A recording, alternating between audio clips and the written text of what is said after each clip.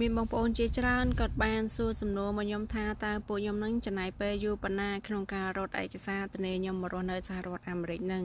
ខ្ញុំសូមឆ្លើយថាពួកខ្ញុំចាប់ផ្ដើមបំពេញឯកសារនឹងបែបបទផ្សេង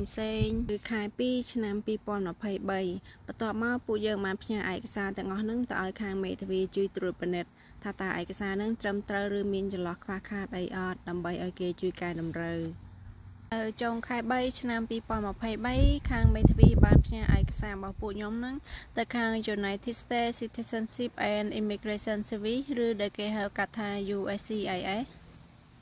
កំឡុងពេលខាង USCIS នៅសហរដ្ឋអាមេរិកគេត្រួតពិនិត្យឯកសារនិងដំណើរការករណីរបស់ពួកខ្ញុំក៏ត្រូវបំពេញបែបបទនឹងឯកសារផ្សេងជាច្រើនទៀតតាមដំណាក់កាលដែលខាង USCIS តម្រូវឲ្យយើងធ្វើនៅចុងខែ2ឆ្នាំ